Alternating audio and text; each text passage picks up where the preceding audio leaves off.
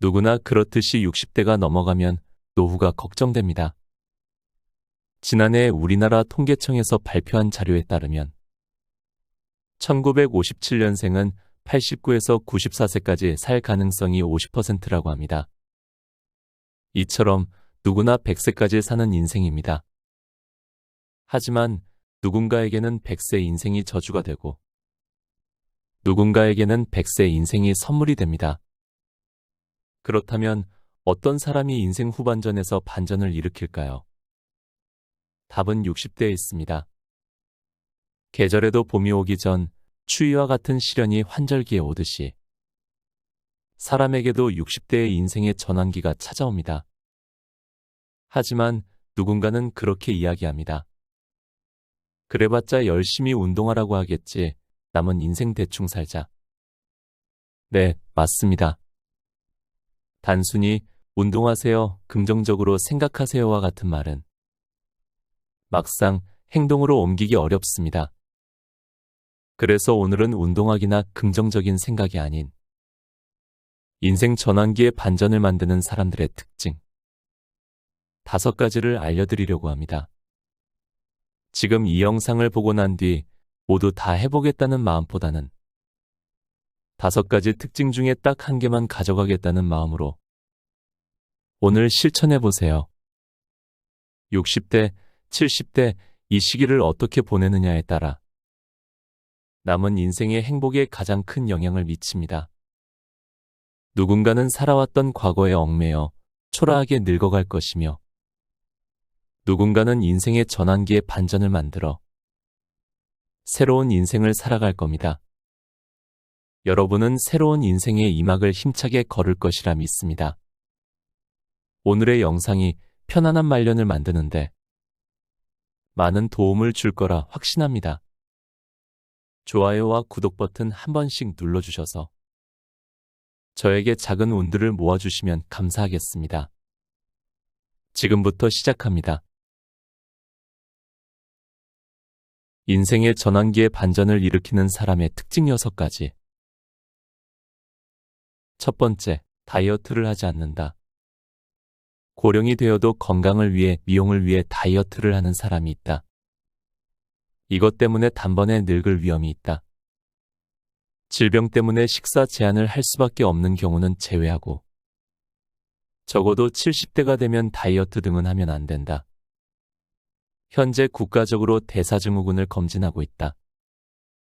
허리둘레를 측정하여 조금이라도 과체중으로 판정되면 생활 습관을 개선하기 위한 지도가 실시되고 있다. 그러다 보니 좀 통통한 것만으로도 많은 사람들은 몸에 좋지 않다고 생각하게 된다. 이는 잘못된 생각이다. 일찍이 미야기현에서 5만 명을 대상으로 대규모 조사를 한 적이 있다. 그 결과 마른 체형의 사람이 약간 통통한 사람보다 6에서 8년 빨리 죽는 것으로 밝혀졌다. 필자도 오랜 세월 고령자를 진찰해 왔지만 역시 고령이 되어도 건강한 사람은 통통한 사람이다. 겉으로 봤을 때 젊어 보이지만 실제 나이보다 10에서 20년 젊어 보이는 사람이 있다. 대부분 통통한 사람이다. 반대로 실제 나이보다 더 늙어 보이는 사람은 마른 체형이다. 말랐기 때문에 피부에 탄력이나 윤기가 없고 주름이 눈에 띈다. 이런 사람들에게는 단백질이 부족한 경향이 있다. 매일 먹는 식사 습관을 물어보면 담백한 식사를 일상적으로 하고 있다. 식사 제한을 하고 체중을 감량했다는 고령자에게도 이 같은 식사 유형을 볼 수 있다. 고령이 되고 난 후에 단백질 부족은 노화를 앞당기게 된다. 또한 면역력 저하도 초래한다.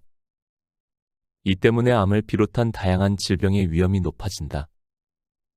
위장이 좋지 못해 먹을 수 없다면 어쩔 수 없지만 먹는 것을 좋아하고 그것이 가능한 건강 상태라면 너무 참을 필요도 없다. 날씬한 체형은 수명을 단축시킨다. 두 번째, 건강검진보다 심장, 뇌 검진을 반드시 받는다. 70대가 되면 건강진단에 대한 생각도 바꾸는 것이 좋다. 샐러리맨이라면 매년 건강 진단을 받고 있는 사람도 많고, 퇴직하고 나서도 지자체의 검진을 받는 고령자도 많다. 그만큼 검진에 대한 신앙은 강한 편이다. 하지만 실제 건강검진은 장수를 위해서는 거의 도움이 되지 않는 것이 현실이다. 애초 건강검진에서 나타나는 판정의 대부분은 건강하다고 생각되는 사람의 평균치를 기준으로 한다. 95%의 사람을 정상으로 하고 거기에서 너무 높거나 너무 낮거나 해서 빗나간 5%를 비정상적으로 하는 통계적 판정이다. 즉, 사람 각각의 체질이나 환경이 있기 때문에 이상 수치임에도 건강한 사람이 있을 수 있고 정상 수치임에도 질병에 걸리는 사람이 있다. 애초 혈압과 혈당, 콜레스테롤 수치를 낮추려는 것은 심근경색이나 뇌경색에 향후 걸리지 않도록 하는 것이 주목적이다. 거듭 말하지만 수치가 높으면 심근경색이나 뇌경색이 될 가능성이 높다는 것일 뿐 높은 사람이 모두 이러한 병에 걸리는 것은 아니다. 수치가 높아도 아무렇지 않은 사람도 있다. 즉, 내버려 두어도 심근경색에 걸리지 않는 사람까지 모두 약을 먹고 식사를 제한하고 수치를 낮추고 있는 것이다. 심근경색이나 뇌경색을 정말 예방하고 싶다면 심장검진이나 뇌검진을 추천한다. 심장검진을 3년에 한 번이라도 받는다면 심장을 둘러싼 관상동맥의 어딘가에 동맥경화가 진행되어 좁아진 부분이 있다면 발견할 수 있다. 발견한다면 미리 풍선이나 스텐트 수술을 통해 혈관을 넓힐 수 있다. 뇌 검사에서도 MRI를 찍으면 뇌동맥류를 발견할 수 있다. 조기에 발견하면 카테터 등을 사용하여 예방 수술을 받을 수 있다. 혈관 내치료 기술이 발전하고 있으며 심장 검진과 뇌 검진은 앞으로 더욱 효과적일 것이다. 또한 검진 수치가 지금까지 계속 정상이었던 사람이 갑자기 심근경색이 되는 일도 가끔 있다. 이런 경우도 심장 검진을 받았다면 어떤 조치를 취할 수 있었을지 모른다. 검진을 받고 불필요한 절제를 하기보다는 70대가 되면 일단 심장 검진, 뇌 검진을 추천한다. 세 번째, 미리미리 낙상 사고를 예방한다. 넘어져 다치는 것도 70대 나이에서는 단번에 늙어버릴 위험 요인이라고 할 수 있다. 젊은 사람이라면 골절되고 3주 입원했다 하더라도 단 시일 내 일상으로 복귀할 수 있다.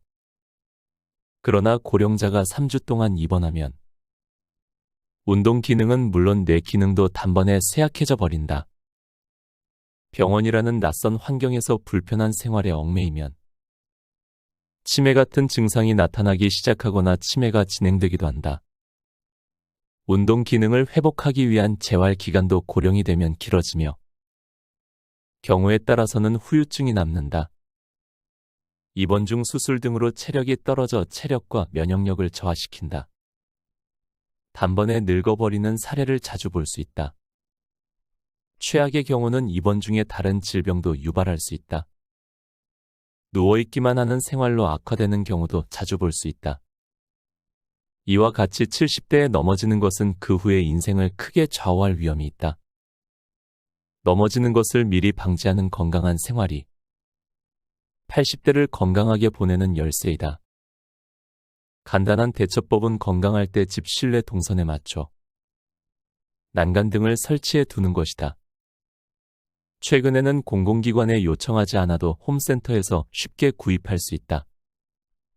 요양 인정을 받은 사람이라면 케어 매니저와 상담하면 대여나 할인도 가능할 것이다. 손잡이를 달아놓았다면 절대 안전한 것은 아닐지라도 확실히 넘어질 위험을 줄일 수 있다. 또 하나, 넘어질 위험에 대한 대처로는 복용하고 있는 약을 되돌아보는 것이다. 고령자가 되면 밤잠을 제대로 잘 수 없기에 신경 안정제를 처방받는 사람들이 많다. 사실 안정제에는 근육 이완 작용이 있다. 약의 작용으로 근육이 다소 이완되었을 때, 젊은 사람이라면 무방하지만 고령자에게는 힘을 쓸 수 없어 넘어지는 사고를 자주 당할 수 있다. 심야에 화장실 갈 때 넘어지거나 계단에서 떨어진 고령자의 낙상 사고가 자주 일어난다. 이들 중에는 복용하고 있는 약물과 관련이 있다고 생각해야 한다. 취침 전 신경 안정제를 복용하고 있는 사람은 심야에 화장실 갈 때나 아침에 기상할 때 휘청거릴 가능성을 염두에 두자. 아침 이동에 충분히 주의해야 한다. 이런 약물에 대해서도 불안한 점이 있으면 의사와 상담하여 건강할 때 넘어질 위험을 줄여야 한다. 네 번째, 취미를 꼭 갖는다. 현업에서 떠난 사람에게 취미가 있는지 없는지는 매우 중요하다. 특히 남성에게는 은퇴 후 늙을 것인지 아닌지 여부는 취미 유무와 상당한 관련이 있다. 이상적인 것은 현업에 종사할 때부터 은퇴 후에도 계속할 수 있는 취미를 미리 찾아두는 것이다. 필자의 경우에는 와인과 영화 찍는 일이다. 나이가 들어서도 계속할 수 있는 취미다. 영화를 찍는 것은 굳이 돈을 들이지 않은 작품이라도 좋다. 취미로 그만한 게 있을까? 나이가 들어서도 계속 찍으려 생각하고 있다. 저는 30대 후반의 병원 상근직을 그만두고 프리랜서 입장에서 의사나 작가, 수험 지도에서부터 영화감독 등 다양한 활동을 해왔다. 따라서 나름대로 취미를 제대로 찾아온 측면도 있을 것이다. 필자의 경우 만일 계속 현업에 묶여 있었다면 이 같은 취미를 찾지 못했을 것이다. 회사에 다니고 있는 사람이라면 아무래도 업무에 쫓기기 쉽다. 이 때문에 의식적으로 취미를 만들려고 하지 않으면 정년까지 무취미로 지나게 되는 경우가 대부분일 것이다. 퇴직할 때까지 무취미로 시간을 보내버린다. 그리고 은퇴를 눈앞에 두고 일을 그만두고 나서 무엇을 할까 하고 당황하는 사람도 많이 볼 수 있다. 막상 무엇을 할까 찾으려고 해도 이미 전두엽이 노화하고 있으며 쉽게 찾을 수 없다. 조금이라도 젊었을 때 취미를 찾아두는 것이 중요하다. 은퇴하고 난 이후 취미를 찾으려는 사람도 물론 늦은 것은 아니다. 젊었을 때 좋아서 하던 일을 다시 시작하는 것도 하나의 방법이 될 수 있다. 과거에는 몰랐던 매력과 재미를 깨닫거나 젊었을 때 기분을 되찾는 등 즐거운 취미가 될 수도 있다. 이전부터 하고 싶다고 생각하고 있었지만 업무 때문에 시작할 수 없었다면 다시 몰두하는 것도 은퇴했기 때문에 할 수 있는 사치이다. 중요한 것은 이것저것 생각하지 말고 우선 시작해보는 것이다. 시도해보고 재미없으면 그만두면 된다. 가장 무의미한 것은 하기 전부터 이것저것 생각하고 결국 아무것도 하지 않는 것이다. 시간은 자유로워지니 새롭게 도전하는 재미 쪽으로 눈을 돌려보자. 부정적인 이유만 대고 움직이지 않는 것이 몸의 노화를 진행시키고 있는 것이다. 정년을 기회 삼아 집에 틀어박히기 쉽다. 그러지 말고 새로운 활동을 모색해보자. 지금의 70대 연령대는 아직 활동할 정도로 체력도 건강하다. 다섯 번째, 현명한 의사를 선택한다. 70대가 되면 의사가 말하는 것을 맹신하거나 과도한 기대를 품는 것은 그만두는 편이 낫다. 그러나 실상 고령자라면 어떤 이유로든 통원할 수밖에 없는 사람이 많을 것이다. 그때 어떤 의사를 선택하면 70대, 80대 이후에도 건강하게 살아가는 데 도움이 될까? 만년의 일상생활을 고려할 때 의사 선택도 매우 중요 포인트이다. 가장 손쉽게 의사를 구분하는 방법은 약물에 대해 이야기를 해보는 것이다. 예를 들어 혈압약을 처방받아 복용 이후 상태가 좋지 않다면 이 약을 먹으면 몸이 나른해요. 약을 바꾸면 머리가 멍해져요. 등 솔직하게 상담을 해보자. 상태가 썩 좋지 않다고 호소해도 혈압은 정상입니다. 그럴 리가 없습니다. 약 끊고 죽고 싶지 않잖아요. 이건 좋은 약이야 라며 상대에 주지 않고 처방해준 약을 다시 생각해주지 않는 의사라면 지금부터 그 병원을 이용하지 말자. 고령이 되면 신체 기능도 개인차가 커지기 때문에 같은 약을 먹어도 아무렇지 않은 사람도 있고 나른함이나 휘청거림, 졸음 등의 증상이 발현되는 사람이 있다. 그런데도 몸에 좋으니 마시라고 교과서처럼 진료하는 의사라면 70대 이상의 고령자를 대상으로 하는 의사로선 불안할 수밖에 없다. 원래 이런 부류의 의사들은 고령자를 진찰하는 경험이 적거나 고령자를 진료하는 기본을 모를 가능성이 있다. 가능한 한 피하는 것이 현명하다. 70대 고령자가 진찰을 받는다면 가능한 한 고령자를 진찰해본 경험이 있고 환자가 고통 없이 편안하게 생활할 수 있는 것을 제일 먼저 고려하는 의사가 이상적이다. 그런 의사라면 환자가 70대, 80대가 되어도 건강하게 생활해 나가는데 안심하고 맡길 수 있다고 필자는 생각한다. 반대로 환자의 삶의 질보다는 자신의 진단에 집착해서 치료법을 강요하거나 특히 고령자의 신체를 이해하지 못하는 융통성이 없는 꽉 막힌 의사라면 진찰과 처방 이후 삶의 질을 떨어뜨릴 수 있다. 제대로 된 의사라면 약을 상담받을 때도 환자의 하소연을 잘 듣고 아, 약이 맞지 않았군요. 죄송합니다. 이번에 이 약을 시험해 봅시다. 혈압은 좀 높게 조절해 둡시다 등으로 대응해 줄 것이다. 이런 사람이라면 고령자에게도 단골 의사가 될 것이다. 또 한 가지 의사를 선택할 때 중요한 것은 70대의 인간관계에 공통적으로 적용할 수 있는 사실이지만 실은 의사와는 만나지 않는 것이다. 70대가 되면 몇 주에 1회 또는 1개월에 1회 정도 통원한다면 의사와 얼굴을 마주치는 빈도가 많아진다. 그렇게 자주 만나는 주치의가 있다면 궁합이 아주 중요한 요소이다. 만날 때마다 피곤하거나 싫은 기분이 드는 의사와는 만나지 않는 것이 좋다. 돈을 지불하는 것은 환자이기 때문에 일부러 싫은 사람에게 진찰받을 필요는 없다. 만나면 마음이 편안해지고 말하기 쉬운 분위기가 있는 의사라면 컨디션 나쁠 때 만나기 때문에 당신 건강에도 좋을 것이다. 마음에 들지 않는 의사와는 무리해서 계속 만날 필요는 없다. 6번째, 단조로운 생활을 피한다.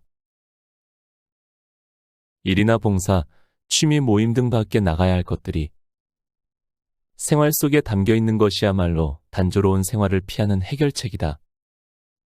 이러한 외출이 있으면 누구든 사람을 만나면서도 모두 예정대로 상황 전개가 안 되기 때문에 필연적으로 전두엽을 사용하게 된다. 한편 이런 볼 일이 없는 사람도 있을 것이다. 그런 경우에는 일상생활 속에서 사소한 것이라도 무방하다. 항상 변화에 유의하도록 노력하자. 매일매일 같은 코스를 산책하는 것이 아니라 일주일에 한 번은 가보지 않은 색다른 장소에서 산책하는 것도 좋다. 전철을 타거나 차로 조금 달려도 좋기 때문에 모르는 장소에 가서 산책하면 전두엽은 최대한 작용하기 시작할 것이다. 고령이 되면 단골 가게가 정해져 있고 그 가게 이외에는 가지 않는 사람도 있지만 가끔은 새로운 가게에 가는 것도 중요하다. 같은 가게에서 같은 것을 먹고 있는 동안은 전두엽은 자극받지 않는다. 독서가 취미인 사람이라면 항상 같은 경향의 책을 읽는 것을 그만두자. 같은 작가의 작품이나 같은 장르만 읽지 말고 가끔은 다른 작가나 다른 장르를 읽는 것도 뇌 활동이 좋아지는 효과를 가져온다. 정치적인 주장이 비슷한 책만 읽는 경향의 사람도 있다. 하지만 좌편향 성향의 사람이라면 가끔 우편향 작가의 책도 읽어보자. 다른 시점, 다른 생각에 접하는 것은 전두엽을 활성화시킨다. 요리를 해본다는 것도 전두엽 자극에 좋다. 평소 먹던 메뉴가 아니라 만들어 본 적이 없는 것을 일주일에 한 번은 만들어 보는 것만으로도 예상치 못한 경험을 할 수 있을 것이다. 남성의 경우 거의 요리를 해본 적이 없는 사람도 있을 것이다. 그렇다면 더욱 간단한 것부터 요리를 시작해보는 것도 매우 좋은 일이다. 새로운 것에 도전해보는 경험은 전두엽의 노화 방지에 매우 유용하다. 그 외에도 일상의 생활에 어떻게 하면 변화를 가져올 것인가? 항상 생각하고 우선 실천에 옮겨봐야 한다. 손이 많이 가는 것, 대대적인 준비가 필요한 것 등은 피하고 사소한 것부터 생활에 변화를 도입해보자. 간단한 것이라면 나이와 상관없이 몇 살이 되어도 새로운 체험을 생활 속에서 실현할 수 있을 것이다. 곁에 두고의 짧은 생각. 우리 모두가 하루하루 열심히 살아가며 종종 앞만 보고 달려왔을 겁니다. 그 과정에서 우리는 자신의 삶을 돌아보는 시간을 잃어버리곤 합니다. 하지만 이제는 60대로 접어들면서 그동안 달려온 길을 멈추고 돌아보는 시간이 필요합니다. 이럴 때 저는 다산 정약용의 이야기를 생각하곤 합니다. 그는 18년 동안 유배 생활을 했습니다. 그 기간 동안 그는 많은 시련을 겪었지만 그 과정에서 자신의 삶을 깊이 돌아볼 수 있는 기회를 얻었습니다. 그는 유배 생활을 통해 자신의 삶의 가치를 깨닫고 새로운 방향을 찾아 나갔습니다. 그의 이야기를 보면 삶은 항상 순탄하지만은 않습니다. 때로는 어려움에 직면하고 그로 인해 잠시 멈춰서야 하는 순간들이 있습니다. 하지만 그런 순간들이 우리에게는 소중한 휴식의 시간이 될 수 있습니다. 그 휴식을 통해 우리는 자신의 삶을 돌아보고 자신이 어떤 사람인지, 어떤 가치를 추구하는지를 깨닫는 게 중요합니다. 저는 이것이 삶의 가장 중요한 과정이고 생각합니다. 계속해서 달려가는 것 중요하지만 때때로 멈춰서 자신의 삶을 아는 것이 얼마나 중요한지를 잊어서는 안 됩니다. 그렇게 살아가는 사람들은 자신의 인생의 방향을 다시 확인하고 다시 힘차게 나아갈 수 있습니다. 오늘도 함께 해주셔서 감사합니다. 책 70세가 노화의 갈림길을 읽고 누구나 그렇듯이 60대가 넘어가면 노후가 걱정됩니다.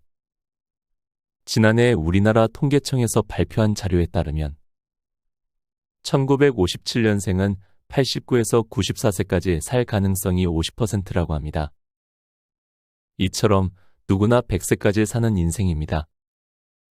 하지만 누군가에게는 100세 인생이 저주가 되고 누군가에게는 100세 인생이 선물이 됩니다.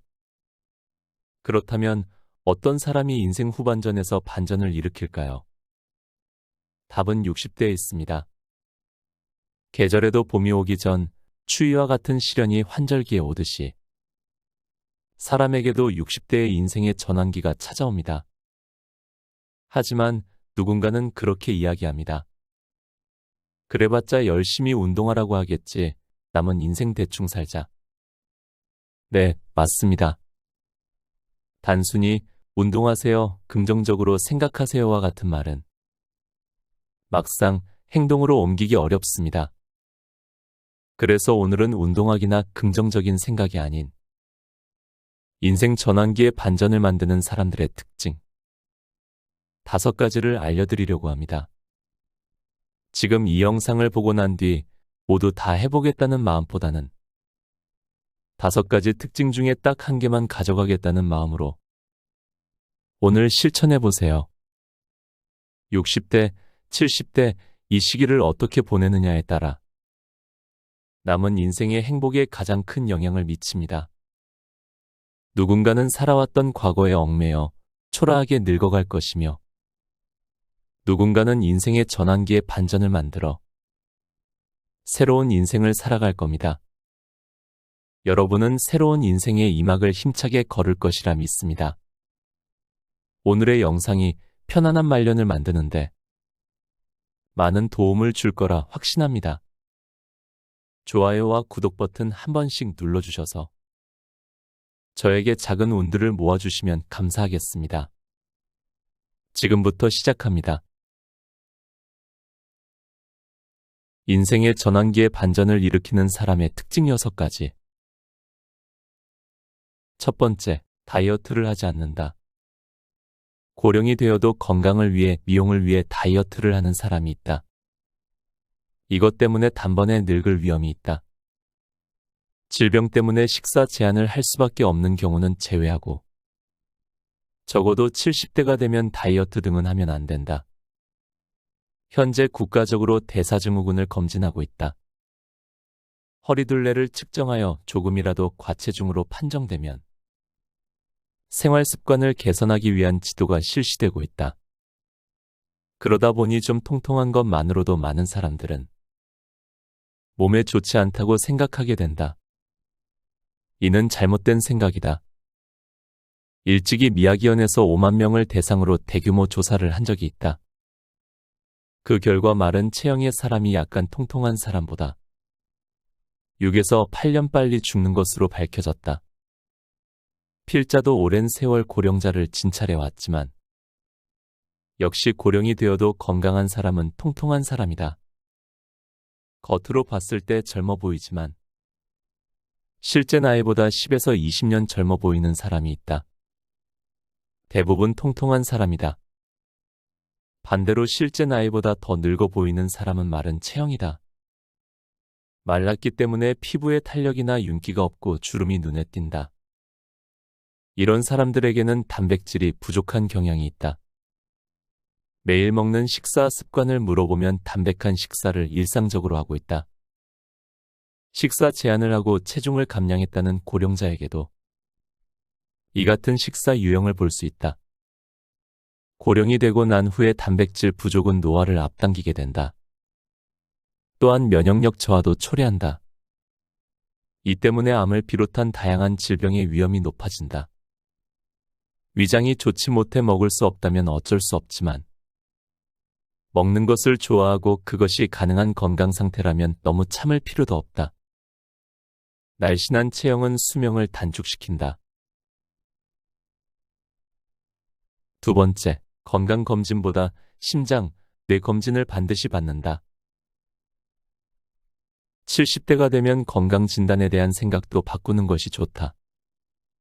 샐러리맨이라면 매년 건강진단을 받고 있는 사람도 많고 퇴직하고 나서도 지자체의 검진을 받는 고령자도 많다. 그만큼 검진에 대한 신앙은 강한 편이다. 하지만 실제 건강검진은 장수를 위해서는 거의 도움이 되지 않는 것이 현실이다. 애초 건강검진에서 나타나는 판정의 대부분은 건강하다고 생각되는 사람의 평균치를 기준으로 한다. 95%의 사람을 정상으로 하고 거기에서 너무 높거나 너무 낮거나 해서 빗나간 5%를 비정상적으로 하는 통계적 판정이다. 즉, 사람 각각의 체질이나 환경이 있기 때문에 이상 수치임에도 건강한 사람이 있을 수 있고 정상 수치임에도 질병에 걸리는 사람이 있다. 애초 혈압과 혈당, 콜레스테롤 수치를 낮추려는 것은 심근경색이나 뇌경색에 향후 걸리지 않도록 하는 것이 주목적이다. 거듭 말하지만 수치가 높으면 심근경색이나 뇌경색이 될 가능성이 높다는 것일 뿐 높은 사람이 모두 이러한 병에 걸리는 것은 아니다. 수치가 높아도 아무렇지 않은 사람도 있다. 즉, 내버려 두어도 심근경색에 걸리지 않는 사람까지 모두 약을 먹고 식사를 제한하고 수치를 낮추고 있는 것이다.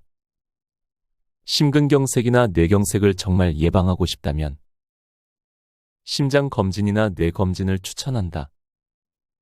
심장검진을 3년에 한 번이라도 받는다면 심장을 둘러싼 관상동맥의 어딘가에 동맥경화가 진행되어 좁아진 부분이 있다면 발견할 수 있다. 발견한다면 미리 풍선이나 스텐트 수술을 통해 혈관을 넓힐 수 있다. 뇌 검사에서도 MRI를 찍으면 뇌동맥류를 발견할 수 있다. 조기에 발견하면 카테터 등을 사용하여 예방 수술을 받을 수 있다. 혈관 뇌치료 기술이 발전하고 있으며 심장 검진과 뇌 검진은 앞으로 더욱 효과적일 것이다. 또한 검진 수치가 지금까지 계속 정상이었던 사람이 갑자기 심근경색이 되는 일도 가끔 있다. 이런 경우도 심장 검진을 받았다면 어떤 조치를 취할 수 있었을지 모른다. 검진을 받고 불필요한 절제를 하기보다는 70대가 되면 일단 심장 검진, 뇌 검진을 추천한다. 세 번째, 미리미리 낙상 사고를 예방한다. 넘어져 다치는 것도 70대 나이에서는 단번에 늙어버릴 위험 요인이라고 할 수 있다. 젊은 사람이라면 골절되고 3주 입원했다 하더라도 단시일 내 일상으로 복귀할 수 있다. 그러나 고령자가 3주 동안 입원하면 운동 기능은 물론 뇌 기능도 단번에 쇠약해져 버린다. 병원이라는 낯선 환경에서 불편한 생활에 얽매이면 치매 같은 증상이 나타나기 시작하거나 치매가 진행되기도 한다. 운동 기능을 회복하기 위한 재활 기간도 고령이 되면 길어지며 경우에 따라서는 후유증이 남는다. 입원 중 수술 등으로 체력이 떨어져 체력과 면역력을 저하시킨다. 단번에 늙어버리는 사례를 자주 볼 수 있다. 최악의 경우는 입원 중에 다른 질병도 유발할 수 있다. 누워있기만 하는 생활로 악화되는 경우도 자주 볼 수 있다. 이와 같이 70대에 넘어지는 것은 그 후의 인생을 크게 좌우할 위험이 있다. 넘어지는 것을 미리 방지하는 건강한 생활이 80대를 건강하게 보내는 열쇠이다. 간단한 대처법은 건강할 때 집 실내 동선에 맞춰 난간 등을 설치해 두는 것이다. 최근에는 공공기관에 요청하지 않아도 홈센터에서 쉽게 구입할 수 있다. 요양 인정을 받은 사람이라면 케어 매니저와 상담하면 대여나 할인도 가능할 것이다. 손잡이를 달아놓았다면 절대 안전한 것은 아닐지라도 확실히 넘어질 위험을 줄일 수 있다. 또 하나, 넘어질 위험에 대한 대처로는 복용하고 있는 약을 되돌아보는 것이다. 고령자가 되면 밤잠을 제대로 잘 수 없기에 신경 안정제를 처방받는 사람들이 많다. 사실 안정제에는 근육 이완 작용이 있다. 약의 작용으로 근육이 다소 이완되었을 때 젊은 사람이라면 무방하지만 고령자에게는 힘을 쓸 수 없어 넘어지는 사고를 자주 당할 수 있다. 심야에 화장실 갈 때 넘어지거나 계단에서 떨어진 고령자의 낙상 사고가 자주 일어난다. 이들 중에는 복용하고 있는 약물과 관련이 있다고 생각해야 한다. 취침 전 신경 안정제를 복용하고 있는 사람은 심야에 화장실 갈 때나 아침에 기상할 때 휘청거릴 가능성을 염두에 두자. 아침 이동에 충분히 주의해야 한다. 이런 약물에 대해서도 불안한 점이 있으면 의사와 상담하여 건강할 때 넘어질 위험을 줄여야 한다. 네 번째, 취미를 꼭 갖는다. 현업에서 떠난 사람에게 취미가 있는지 없는지는 매우 중요하다. 특히 남성에게는 은퇴 후 늙을 것인지 아닌지 여부는 취미 유무와 상당한 관련이 있다. 이상적인 것은 현업에 종사할 때부터 은퇴 후에도 계속할 수 있는 취미를 미리 찾아두는 것이다. 필자의 경우에는 와인과 영화 찍는 일이다. 나이가 들어서도 계속할 수 있는 취미다. 영화를 찍는 것은 굳이 돈을 들이지 않은 작품이라도 좋다. 취미로 그만한 게 있을까? 나이가 들어서도 계속 찍으려 생각하고 있다. 저는 30대 후반의 병원 상근직을 그만두고 프리랜서 입장에서 의사나 작가, 수험 지도에서부터 영화감독 등 다양한 활동을 해왔다. 따라서 나름대로 취미를 제대로 찾아온 측면도 있을 것이다. 필자의 경우 만일 계속 현업에 묶여 있었다면 이 같은 취미를 찾지 못했을 것이다. 회사에 다니고 있는 사람이라면 아무래도 업무에 쫓기기 쉽다. 이 때문에 의식적으로 취미를 만들려고 하지 않으면 정년까지 무취미로 지나게 되는 경우가 대부분일 것이다. 퇴직할 때까지 무취미로 시간을 보내버린다. 그리고 은퇴를 눈앞에 두고 일을 그만두고 나서 무엇을 할까 하고 당황하는 사람도 많이 볼 수 있다. 막상 무엇을 할까 찾으려고 해도 이미 전두엽이 노화하고 있으며 쉽게 찾을 수 없다. 조금이라도 젊었을 때 취미를 찾아두는 것이 중요하다. 은퇴하고 난 이후 취미를 찾으려는 사람도 물론 늦은 것은 아니다. 젊었을 때 좋아서 하던 일을 다시 시작하는 것도 하나의 방법이 될 수 있다. 과거에는 몰랐던 매력과 재미를 깨닫거나 젊었을 때 기분을 되찾는 등 즐거운 취미가 될 수도 있다. 이전부터 하고 싶다고 생각하고 있었지만 업무 때문에 시작할 수 없었다면 다시 몰두하는 것도 은퇴했기 때문에 할 수 있는 사치이다. 중요한 것은 이것저것 생각하지 말고 우선 시작해보는 것이다. 시도해보고 재미없으면 그만두면 된다. 가장 무의미한 것은 하기 전부터 이것저것 생각하고 결국 아무것도 하지 않는 것이다. 시간은 자유로워지니 새롭게 도전하는 재미 쪽으로 눈을 돌려보자. 부정적인 이유만 대고 움직이지 않는 것이 몸의 노화를 진행시키고 있는 것이다. 정년을 기회 삼아 집에 틀어박히기 쉽다. 그러지 말고 새로운 활동을 모색해보자. 지금의 70대 연령대는 아직 활동할 정도로 체력도 건강하다. 5번째, 현명한 의사를 선택한다. 70대가 되면 의사가 말하는 것을 맹신하거나 과도한 기대를 품는 것은 그만두는 편이 낫다. 그러나 실상 고령자라면 어떤 이유로든 통원할 수밖에 없는 사람이 많을 것이다.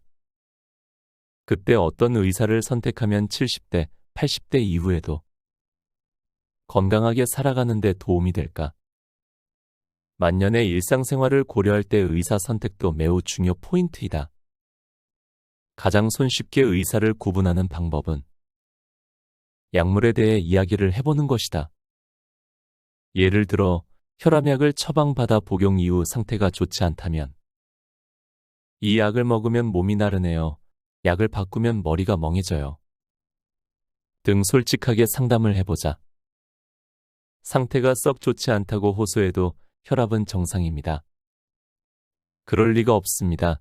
약 끊고 죽고 싶지 않잖아요. 이건 좋은 약이야 라며 상대에 주지 않고 처방해준 약을 다시 생각해주지 않는 의사라면 지금부터 그 병원을 이용하지 말자. 고령이 되면 신체 기능도 개인차가 커지기 때문에 같은 약을 먹어도 아무렇지 않은 사람도 있고 나른함이나 휘청거림, 졸음 등의 증상이 발현되는 사람이 있다. 그런데도 몸에 좋으니 마시라고 교과서처럼 진료하는 의사라면 70대 이상의 고령자를 대상으로 하는 의사로선 불안할 수밖에 없다.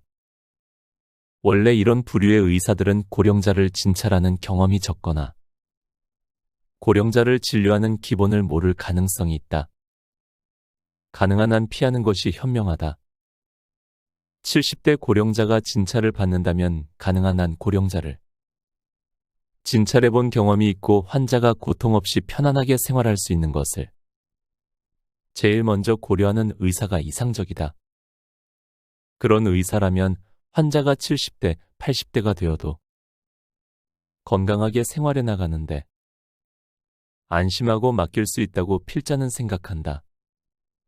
반대로 환자의 삶의 질보다는 자신의 진단에 집착해서 치료법을 강요하거나 특히 고령자의 신체를 이해하지 못하는 융통성이 없는 꽉 막힌 의사라면 진찰과 처방 이후 삶의 질을 떨어뜨릴 수 있다. 제대로 된 의사라면 약을 상담받을 때도 환자의 하소연을 잘 듣고 약이 맞지 않았군요. 죄송합니다. 이번에 이 약을 시험해 봅시다. 혈압은 좀 높게 조절해 둡시다 등으로 대응해 줄 것이다. 이런 사람이라면 고령자에게도 단골 의사가 될 것이다. 또 한 가지 의사를 선택할 때 중요한 것은 70대의 인간관계에 공통적으로 적용할 수 있는 사실이지만 실은 의사와는 만나지 않는 것이다. 70대가 되면 몇 주에 1회 또는 1개월에 1회 정도 통원한다면 의사와 얼굴을 마주치는 빈도가 많아진다. 그렇게 자주 만나는 주치의가 있다면 궁합이 아주 중요한 요소이다. 만날 때마다 피곤하거나 싫은 기분이 드는 의사와는 만나지 않는 것이 좋다. 돈을 지불하는 것은 환자이기 때문에 일부러 싫은 사람에게 진찰받을 필요는 없다. 만나면 마음이 편안해지고 말하기 쉬운 분위기가 있는 의사라면 컨디션 나쁠 때 만나기 때문에 당신 건강에도 좋을 것이다. 마음에 들지 않는 의사와는 무리해서 계속 만날 필요는 없다. 6번째, 단조로운 생활을 피한다. 일이나 봉사, 취미 모임 등 밖에 나가야 할 것들이 생활 속에 담겨 있는 것이야말로 단조로운 생활을 피하는 해결책이다. 이러한 외출이 있으면 누구든 사람을 만나면서도 모두 예정대로 상황 전개가 안 되기 때문에 필연적으로 전두엽을 사용하게 된다. 한편 이런 볼 일이 없는 사람도 있을 것이다. 그런 경우에는 일상생활 속에서 사소한 것이라도 무방하다. 항상 변화에 유의하도록 노력하자. 매일매일 같은 코스를 산책하는 것이 아니라 일주일에 한 번은 가보지 않은 색다른 장소에서 산책하는 것도 좋다. 전철을 타거나 차로 조금 달려도 좋기 때문에 모르는 장소에 가서 산책하면 전두엽은 최대한 작용하기 시작할 것이다. 고령이 되면 단골 가게가 정해져 있고 그 가게 이외에는 가지 않는 사람도 있지만 가끔은 새로운 가게에 가는 것도 중요하다. 같은 가게에서 같은 것을 먹고 있는 동안은 전두엽은 자극받지 않는다. 독서가 취미인 사람이라면 항상 같은 경향의 책을 읽는 것을 그만두자. 같은 작가의 작품이나 같은 장르만 읽지 말고 가끔은 다른 작가나 다른 장르를 읽는 것도 뇌 활동이 좋아지는 효과를 가져온다. 정치적인 주장이 비슷한 책만 읽는 경향의 사람도 있다. 하지만 좌편향 성향의 사람이라면 가끔 우편향 작가의 책도 읽어보자. 다른 시점, 다른 생각에 접하는 것은 전두엽을 활성화시킨다. 요리를 해본다는 것도 전두엽 자극에 좋다. 평소 먹던 메뉴가 아니라 만들어 본 적이 없는 것을 일주일에 한 번은 만들어 보는 것만으로도 예상치 못한 경험을 할 수 있을 것이다. 남성의 경우 거의 요리를 해본 적이 없는 사람도 있을 것이다. 그렇다면 더욱 간단한 것부터 요리를 시작해보는 것도 매우 좋은 일이다. 새로운 것에 도전해보는 경험은 전두엽의 노화 방지에 매우 유용하다. 그 외에도 일상의 생활에 어떻게 하면 변화를 가져올 것인가? 항상 생각하고 우선 실천에 옮겨봐야 한다. 손이 많이 가는 것, 대대적인 준비가 필요한 것 등은 피하고 사소한 것부터 생활에 변화를 도입해보자.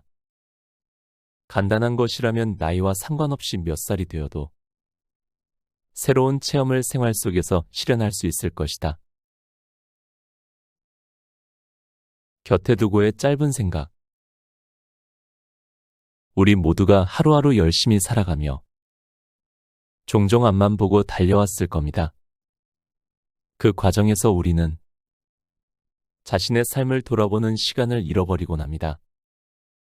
하지만 이제는 60대로 접어들면서 그동안 달려온 길을 멈추고 돌아보는 시간이 필요합니다. 이럴 때 저는 다산 정약용의 이야기를 생각하곤 합니다. 그는 18년 동안 유배 생활을 했습니다. 그 기간 동안 그는 많은 시련을 겪었지만 그 과정에서 자신의 삶을 깊이 돌아볼 수 있는 기회를 얻었습니다. 그는 유배 생활을 통해 자신의 삶의 가치를 깨닫고 새로운 방향을 찾아 나갔습니다. 그의 이야기를 보면 삶은 항상 순탄하지만은 않습니다. 때로는 어려움에 직면하고 그로 인해 잠시 멈춰서야 하는 순간들이 있습니다. 하지만 그런 순간들이 우리에게는 소중한 휴식의 시간이 될 수 있습니다. 그 휴식을 통해 우리는 자신의 삶을 돌아보고 자신이 어떤 사람인지, 어떤 가치를 추구하는지를 깨닫는 게 중요합니다. 저는 이것이 삶의 가장 중요한 과정이고 생각합니다. 계속해서 달려가는 것 중요하지만 때때로 멈춰서 자신의 삶을 아는 것이 얼마나 중요한지를 잊어서는 안 됩니다. 그렇게 살아가는 사람들은 자신의 인생의 방향을 다시 확인하고 다시 힘차게 나아갈 수 있습니다. 오늘도 함께 해주셔서 감사합니다. 책 70세가 노아의 갈림길을 읽고